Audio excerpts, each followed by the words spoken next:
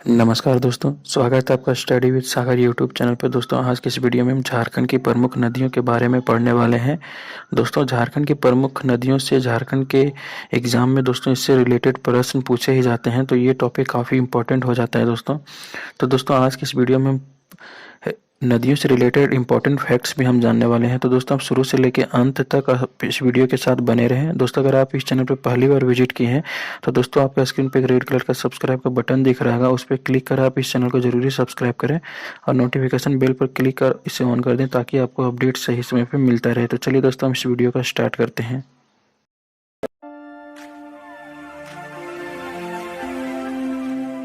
मध्य प्रदेश के मैकाल पर्वत के अमरकंटक पठार से निकलता है और दोस्तों ये निकलकर पटना के निकट गंगा नदी में मिल जाता है। दोस्तों, अगर सोन नदी की टोटल लंबाई की बात करें तो दोस्तों सोन नदी की टोटल लंबाई 780 किलोमीटर है। दोस्तों, सोन नदी का उपनाम भी है। दोस्तों, सोन नदी को सोनभद्र नदी और हिरण्यवाह नदी के नाम से भी जाना जाता है। दोस्तों, सोन नदी को हिरण्यवाह नदी के नाम से इसलिए जाना जाता है क्योंकि उसमें सोने के कण उसके रेत में पाए जाते थे, इसलिए सोन नदी को हिरण्यवाह नदी के नाम से जाना जाता है। दोस्तों, इस नदी से इम्पोर्टेंट फैक्ट्स ये भी है, ध्यान में रखना है कि दोस्तों पलामू की उत्तरी सीमा सोन नदी के द्वारा ही बनाया जाता है, यानी कि पलामू का जो उत्तरी सीमा है दोस्तों ये सोन नदी बनाती है। दोस्तों, सोन नदी के द्वारा झारखंड के उत्तर पश्चिमी छोर पर सीमा का निर्माण करती है और ये सीमा की एक टोटल लंबाई दोस्तों 45 किलोमीटर लंबी सीमा का निर्माण करती है ये सोन नदी के द्वारा। दोस्तों, दूसरा इंपॉर्टेंट नदी है दामोदर नदी। दोस्तों, दामोदर नदी झारखंड की सबसे लंबी नदी है और दोस्तों ये छोटा नागपुर के पठार से निकलती है। दोस्तों, दामोदर नदी को बंगाल का शोक नदी भी कहा जाता है जब इस बंगाल क्योंकि दोस्तों बंगाल के वर्धमान और बांकुड़ा जिले में सैकड़ों घर तथा हजारों एकड़ कृषि योग्य भूमि नष्ट होने जाने के कारण वहां के लोग इसे बंगाल का शोक कहकर पुकारते थे, इसलिए दामोदर नदी को बंगाल का शोक भी कहा जाता है।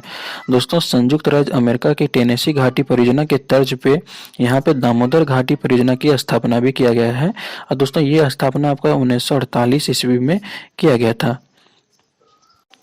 दोस्तों, नदी के उद्गम की बात करें तो ये लातेहार में एक टोरी नामक स्थान है दोस्तों, वहीं से इस नदी का उद्गम होता है। दोस्तों, दामोदर नदी की कुल लंबाई 592 किलोमीटर है। दोस्तों, अगर ये बात करें कि झारखंड में इसकी कुल लंबाई कितनी है तो ये दोस्तों दामोदर नदी की झारखंड में कुल लंबाई 290 किलोमीटर है।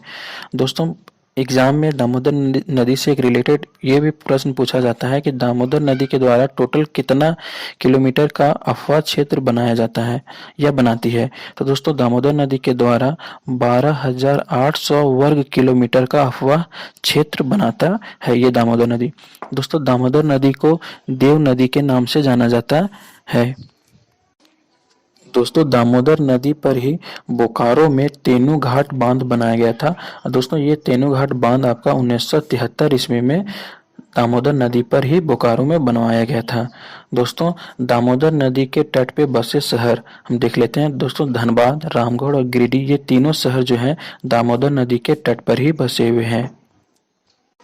दोस्तों, दामोदर नदी से रिलेटेड एक प्रश्न ये भी पूछा जाता है कि दामोदर नदी धनबाद में इंटर करते ही उसमें कौन सी नदी आकर मिल जाती है, तो जमुनिया नदी उसमें आके मिल जाती है। धनबाद में जैसे ही दामोदर नदी इंटर करती है दोस्तों इसमें जमुनिया नदी आकर उसमें मिल जाती है। दोस्तों, तो हमें ध्यान में रखना है कि दामोदर नदी झारखंड की सबसे लंबी नदी है और इस नदी को बंगाल का शोक के नाम से भी जाना जाता है। और दोस्तों, दामोदर घाटी परियोजना 1948 ईस्वी में बनाया गया था और दामोदर नदी को देव नदी के नाम से जाना जाता है और इसकी कुल लंबाई झारखंड में 290 किलोमीटर है। अगला नदी है दोस्तों स्वर्णरेखा नदी। दोस्तों, ये नदी आपका रांची जिले के नगड़ी गांव से निकलता है और दोस्तों ये उड़ीसा में प्रवेश कर जाता है। दोस्तों, ये नदी आपका मुख्य रूप से बरसाती नदी है, यानी कि बरसात के दिनों में ही इसमें पानी रहता है, बाकी मौसम में ये नदी सूख जाती है। दोस्तों, रांची से 28 किलोमीटर दूर हुंड्रू जलप्रपात का निर्माण भी स्वर्णरेखा नदी के द्वारा ही किया जाता है। और अगर बात करें दोस्तों हुंड्रू जलप्रपात की कुल ऊंचाई कितनी है तो ये 320 फीट ऊंचाई है। दोस्तों स्वर्णरेखा नदी झारखंड की एकमात्र ऐसी नदी है जो स्वतंत्र रूप से बहकर बंगाल के खाड़ी में गिरती है। यानी कि स्वतंत्र रूप से बहकर बंगाल की खाड़ी में गिरने वाली झारखंड की कौन सी नदी है? तो यह स्वर्णरेखा नदी है। अगला नदी है दोस्तों बराकर नदी। दोस्तों इसका उद्गम भी छोटा नागपुर के पठार से होता है। दोस्तों बराकर नदी पर दामोदर घाटी परियोजना के अंतर्गत मैथन बांध बनाया गया है। दोस्तों बराकर नदी का उल्लेख बौद्ध एवं जैन धार्मिक ग्रंथों में भी हुआ है। दोस्तों मैथन के पास बराकर नदी के तट पे कल्याणसरी नामक देवी का मंदिर है। अगला है उत्तरी कोयल नदी। दोस्तों उत्तरी कोयल नदी का उद्गम रांची के पठार से होता है। उत्तरी कोयल नदी की दो प्रमुख सहायक नदियां हैं, औरंगा और अमानत। दोस्तों ये नदी भी आपका बरसाती है, अन्य मौसम में ये सूख जाती है, बरसात के मौसम में ही इस नदी में पानी देखने को मिलता है। दोस्तों बूढ़ा नदी महुआ टांड क्षेत्र से निकलकर सेरेंगदाग पाट के दक्षिण में इससे जाके मिलती है और इसी जगह के मिलने के कारण दोस्तों वहाँ पे दोनों नदियाँ उत्तरी कोयल नदी और बूढ़ा नदी के द्वारा बूढ़ा घाघ जलप्रपात का निर्माण करती है और इस जलप्रपात की टोटल ऊंचाई 142 मीटर है। अगला नदी है दक्षिणी कोयल। दोस्तों इस नदी का भी उद्गम रांची के निकट नगड़ी गांव से ही होता है और दोस्तों ये नदी आपका शंख नदी में जाके मिल जाती है। दोस्तों गंगापुर के पास शंख नदी में मिलती है। कहाँ पे मिलती है दोस्तों? ये गंगापुर के पास जाके शंख नदी में मिलती है। दोस्तों दक्षिणी कोयल नदी की सबसे बड़ी सहायक नदी कारो नदी है और दोस्तों इसी नदी पे कारो नदी पे है कोयल कारो नामक परियोजना भी आपका निर्माण किया गया है। अगला नदी है दोस्तों कन्हर नदी। दोस्तों इस नदी का उद्गम सरगुजा से होता है। दोस्तों कन्हर नदी पलामू की दक्षिण पश्चिमी सीमा का निर्माण करती है। दोस्तों हमने पहले पढ़ा कि पलामू का उत्तरी सीमा सोन नदी के द्वारा बनाती है और यहाँ पे दोस्तों कन्हर नदी के द्वारा पलामू के दक्षिण पश्चिमी सीमा का निर्माण करती है। दोस्तों कन्हर नदी पश्चिम की ओर मुड़कर उत्तर प्रदेश में प्रवेश कर जाती है। अगला नदी है फल्गु नदी। दोस्तों इस नदी का भी उद्गम छोटा नागपुर के पठार से ही होता है। दोस्तों फल्गु नदी को निरंजना नदी के नाम से भी जाना जाता है और साथ में अंता सलीला या लीला जन के नाम से भी जाना जाता है। दोस्तों बोधगया के पास मोहना नामक सहायक नदी से मिलकर यह विशाल रूप धारण कर लेती है। दोस्तों फल्गु नदी में बोधगया के पास मोहना नामक नदी आके मिल जाती है और यह विशाल रूप धारण कर लेती है।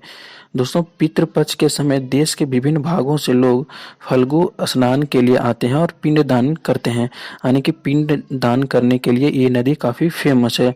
यहाँ अगला नदी है सकरी नदी। दोस्तों इस नदी का भी उद्गम छोटा नागपुर के पठार से ही होता है।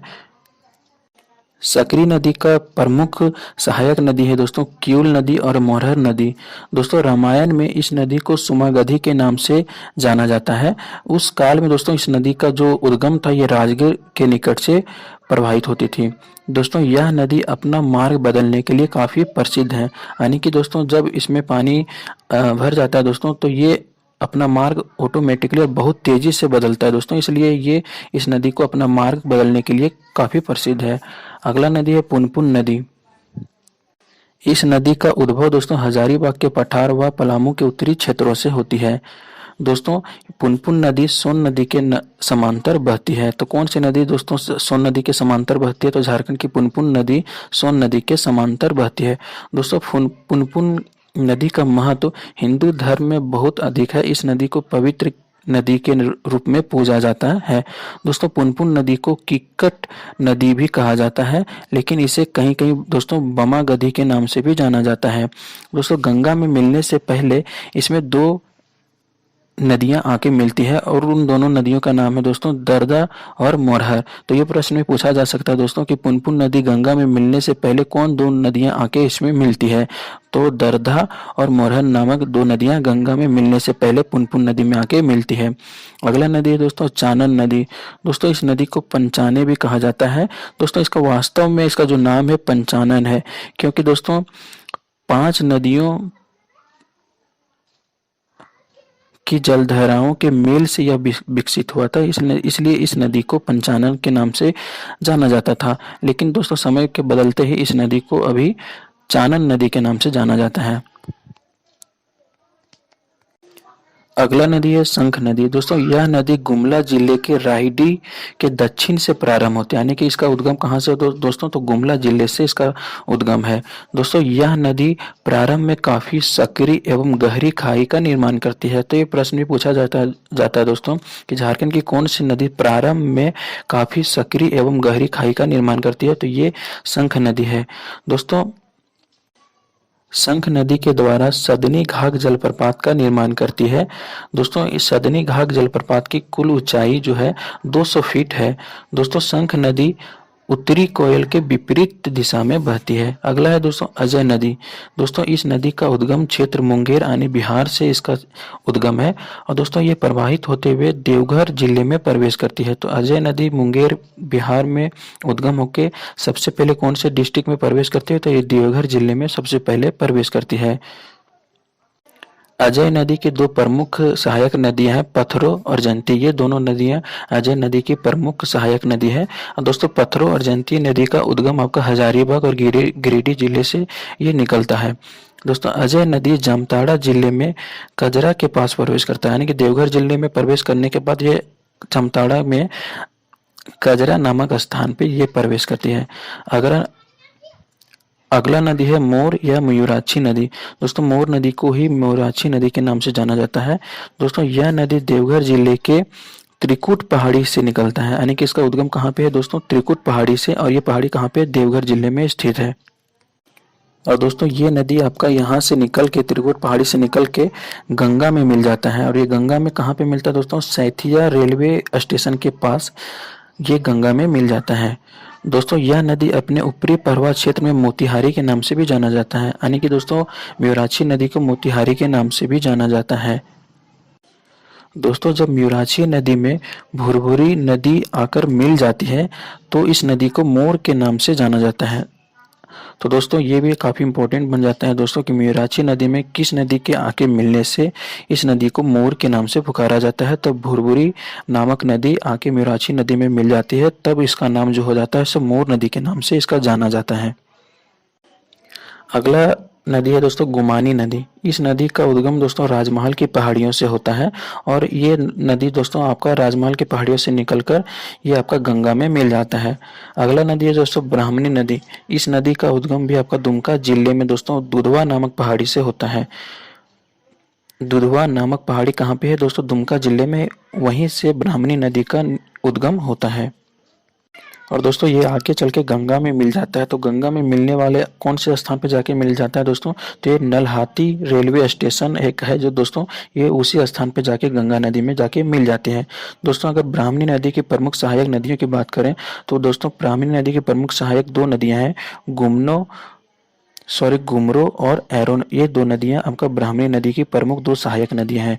अगला है दोस्तों बांसलोई नदी। दोस्तों इस नदी का उद्गम आपका बांस पहाड़ी से होता है और ये बांस पहाड़ी आपका गोड्डा जिले के अंतर्गत आता है। दोस्तों बांसलोई नदी के द्वारा ही दुमका जिले की उत्तरी सीमा बनाती है। तो यहाँ पे दोस्तों दुमका जिले की उत्तरी सीमा किस नदी के द्वारा बनाया जाता है, तो बांसलोई नदी के द्वारा। और हमने पीछे पढ़ा है दोस्तों कि आपका पलामू डिस्ट्रिक्ट का उत्तरी सीमा किस नदी के द्वारा बनता है, तो ये सोन नदी के द्वारा पलामू जिले का उत्तरी सीमा के द्वारा बनाया जाता है। और ये नदी भी जाके आपका गंगा में ही मिल जाती है। अगर अगला नदी है दोस्तों बूढ़ा नदी। दोस्तों यह नदी आपका महुआ टांड क्षेत्र से निकलता है। दोस्तों ये महुआ टांड क्षेत्र आपका लातेहार डिस्ट्रिक्ट के अंतर्गत आता है और ये आगे चल के दोस्तों उत्तरी कोयल नदी में मिल जाता है। दोस्तों बूढ़ा नदी के द्वारा ही बूढ़ाघाट जलप्रपात का भी निर्माण किया जाता है और ये दोस्तों ये आपका झारखंड का सबसे ऊंचा जलप्रपात है और इसकी ऊंचाई दोस्तों अगर बात करें तो 142 मीटर ये जलप्रपात की ऊंचाई है। अगला नदी है दोस्तों औरंगा नदी। औरंगा नदी का उद्गम दोस्तों आपका लोहरदगा जिले के उलदाग गांव के पास से निकलता है। तो औरंगा नदी का उद्गम कहाँ पे है दोस्तों, लोहरदगा डिस्ट्रिक्ट से उलदाव नामक गांव से ये निकलता है और दोस्तों ये आगे चल के कोयल नदी में जाके मिल जाते हैं। अगला है दोस्तों अमानत नदी। ये नदी आपका उत्तरी कोयल नदी का सहायक नदी है और दोस्तों 100 किलोमीटर की लंबी दूरी तय करने के बाद ये उत्तरी कोयल नदी में जाके मिल जाता है। अगला है दोस्तों मुहाने नदी। दोस्तों मुहाने नदी को मोहिनी नदी के नाम से भी जाना जाता है और दोस्तों ये नदी आपका फल्गु नदी की सहायक नदी है। अगला है दोस्तों तिलैया नदी। दोस्तों यह नदी कोडरमा के पवड़ से निकलती है और आगे चलकर ये नवादा के क्षेत्र में जाके प्रवेश कर जाती है। अगला नदी दोस्तों हरमू नदी। दोस्तों हरमू नदी रांची के नगड़ी प्रखंड के पास से निकलकर ये नामकुम में स्वर्णरेखा नदी में जाके मिल जाती है। तो उद्गम कहाँ से हुआ? तो रांची के नगड़ी प्रखंड से, और कहाँ पे जाके मिला? तो नामकुम में स्वर्णरेखा नदी से जाके मिल जाती है। अगला नदी दोस्तों कांची नदी। यह नदी रांची जिले के तमाड़ इलाके से निकलता है और ये मूरी में स्वर्णरेखा नदी से जाके मिल जाता है। तो उद्गम इसका हुआ दोस्तों रांची के तमाड़ जिले से, तमाड़ इलाके से, और इसका जो जहाँ पे मिला ये मूरी में स्वर्णरेखा नदी में जाके मिल जाता है। अगला है दोस्तों तजना नदी। दोस्तों तजना नदी बुंडू तमाड़ क्षेत्र से निकलकर खूंटी जिले से होते हुए कारो नदी में जाके मिल जाती है। दोस्तों तजना नदी से रिलेटेड एक फैक्ट्स ये भी ध्यान में रखना है। दोस्तों ये भी प्रश्न पूछा जाता है कि दोस्तों असुर सभ्यता का अवशेष किस नदी के किनारे से प्राप्त हुए हैं? तो दोस्तों ये असुर सभ्यता के अवशेष आपके तजना नदी के किनारे खूंटी में असुर सभ्यता के अवशेष पाए जाते हैं। अगला दोस्तों रोरो नदी। दोस्तों यह नदी पश्चिमी सिंहभूम जिले से रोसे पवड़ियों से जाके निकलता है। और दोस्तों अगर बात करें कि दोस्तों चाईबासा शहर जो है ये आपका रोरो नदी के किनारे पर ही बसा हुआ है। दोस्तों रोरो नदी की कुल लंबाई 58 किलोमीटर है। अगला है बैतरनी नदी। दोस्तों बैतरनी नदी झारखंड के कोल्हान एवं उड़ीसा के केओझर के बीच सीमा बनाती है। तो दोस्तों कोल्हान एवं उड़ीसा के केओझर के बीच कौन सी नदी जाके सीमा बनाती है? तो बैतरनी नदी के द्वारा इन दोनों के बीच में सीमा बनाया जाता है। अगला है दोस्तों देव नदी। दोस्तों यह नदी आपका गम्हरिया पठार जो कि पड़ता है दोस्तों सरायकला खरसावां के अंतर्गत, ये आपका उद्गम होता है गम्हरिया पठार से और जाके कारो नदी में मिल जाता है। दोस्तों देव नदी की प्रमुख सहायक नदी की बात करें तो ये फुलगरा नामक नदी देव नदी की प्रमुख सहायक नदी है। अगला है दोस्तों कायना नदी। कायना नदी सारंडा के दक्षिण पूर्व से निकलता है और 100 किलोमीटर इसकी कुल लंबाई है। अगला दोस्तों गंगा नदी। दोस्तों गंगा नदी झारखंड की सीमा रेखा को सबसे पहले संथाल परगना के साहेबगंज जिला में तेलियागढ़ी से कुछ किलोमीटर पश्चिम में छूता है। तो दोस्तों गंगा नदी सबसे पहले किस डिस्ट्रिक्ट को छूता है? दोस्तों तो साहेबगंज जिला को छूता है। दोस्तों यह नदी साहेबगंज जिले में 80 किलोमीटर की दूरी तय करती है। गंगा नदी के द्वारा साहेबगंज में कुल कितनी दूरी तय किया जाता है? तो 80 किलोमीटर टोटल दूरी तय किया जाता है गंगा नदी में, गंगा नदी के द्वारा। दोस्तों कुछ इंपॉर्टेंट फैक्ट्स भी देख लेते हैं जो प्रीवियस ईयर में पूछे गए थे। दोस्तों सोन नदी के अतिरिक्त झारखंड की सभी नदियां बरसाती नदी है, यानी कि सोन नदी को छोड़कर सभी नदियां जो बरसात के अलावे और मौसम में दोस्तों सूख जाता है। दोस्तों ये प्रश्न में पूछा जाता है कि झारखंड की कौन सी नदी है जिसमें नाव चलाने के लिए उपयोग किया जाता है? तो दोस्तों मोर नदी, जिसको मयूराक्षी नदी के नाम से जाना जाता है, झारखंड की एकमात्र ऐसी नदी है जिसको उपयोग नाव चलाने के लिए किया जाता है। तो दोस्तों यहाँ से दो इंपॉर्टेंट फैक्ट्स बन गए कि सोन नदी बरसाती नदियाँ नहीं है, इसमें मतलब ये सालों भर इसमें पानी रहता है, और मोर नदी एकमात्र ऐसी नदी है जिसमें नाव चलाने के लिए झारखंड में उपयोग किया जाता है। और साथ में दोस्तों ये भी ध्यान में रखना है कि दोस्तों गंगा नदी के संरक्षण के लिए दोस्तों झारखंड में झारखंड राज्य गंगा नदी संरक्षण प्राधिकरण का भी गठन किया गया है। दोस्तों इस प्राधिकरण का गठन आपका 20 फरवरी 2009 को किया गया था, जिसका मुख्यालय आपका रांची में है। तो दोस्तों झारखंड राज्य गंगा नदी संरक्षण प्राधिकरण का गठन कब किया गया है? 20 फरवरी 2009 को, और इसका मुख्यालय कहाँ पे दोस्तों? रांची में है। तो दोस्तों इस वीडियो में इतना ही। दोस्तों आज के इस वीडियो में हम झारखंड के प्रमुख नदियों के बारे में पढ़े और उससे रिलेटेड इंपॉर्टेंट फैक्ट्स भी के बारे में भी पढ़े कि दोस्तों जो झारखंड के आने वाले एग्जामों के लिए काफ़ी इम्पोर्टेंट हो सकते हैं। दोस्तों अगर आप लोगों को यह वीडियो पसंद आया हो तो इसे अपने दोस्तों के साथ भी शेयर करें और इस वीडियो को आप ज़रूरी लाइक करें। दोस्तों अगर किसी प्रकार का कोई सुझाव देना हो तो नीचे कमेंट बॉक्स में लिख के ज़रूरी बताएं।